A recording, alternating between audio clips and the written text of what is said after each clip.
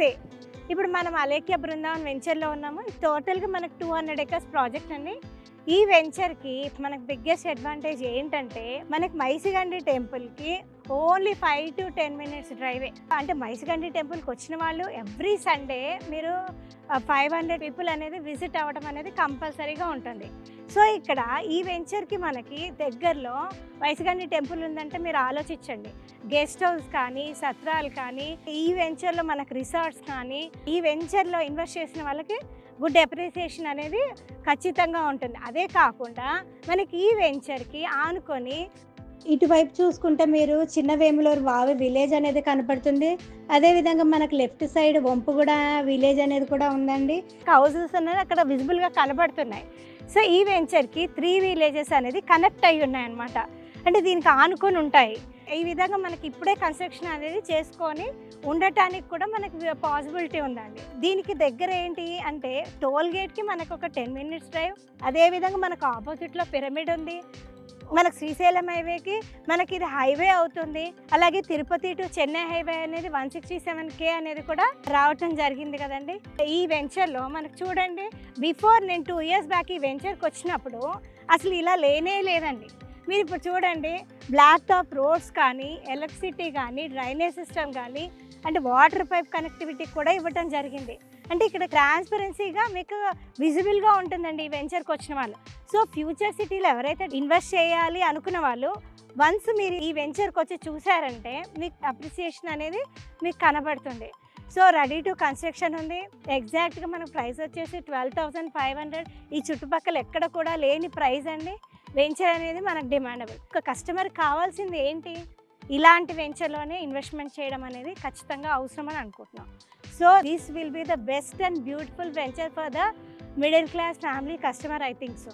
Before నేను ఈ వెంచర్కి వచ్చినప్పుడు స్టోనింగ్ జరుగుతుందండి. బ్లాక్ టాప్ రోడ్స్ అనేది అక్కడక్కడ చేశారు. ఇప్పుడు టోటల్గా మనకి 40 ఎకర్స్కి ఎల్పి అనేది రావటం జరిగింది. 200 ఎకర్స్ కాబట్టి.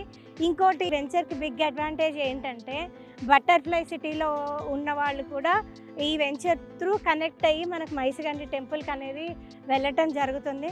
మనకి ఈ విధంగా ఉంటుందండి ఈ వెంచర్ యొక్క హైలైట్స్ వచ్చేసి.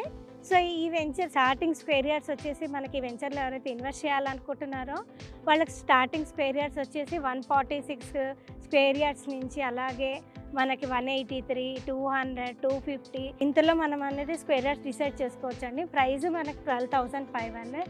సో, ఈ విధంగా ఉంటుందండి మనకి వెంచర్ యొక్క బెనిఫిట్స్. బ్యాంక్ లోన్ అవైలబిలిటీ కూడా ఉందండి మనకి వెంచర్లో ఇన్వెస్ట్ చేయాలనుకున్న వాళ్ళకి. టోటల్గా మనకి venture DTCP with RERA approved projects.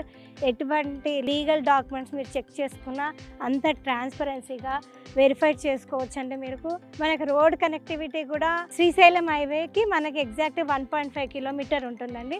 Very near to కడతాల్కి 2 kilometres మాత్రమే ఉంది. రీజనల్ రింగ్ రోడ్ వచ్చేసి 4 కిలోమీటర్స్ ఉంటుంది. అవుటర్ రింగ్ రోడ్ నుంచి మనకు 24 కిలోమీటర్స్ మాత్రమే.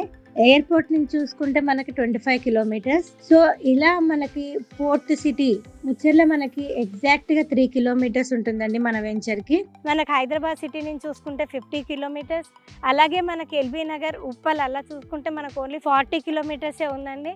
సో, ఇట్లా ఎక్కడ చూసుకున్నా మనకి 50 బియాండ్ అయితే 50 కిలోమీటర్స్ బియాండ్ లేదు.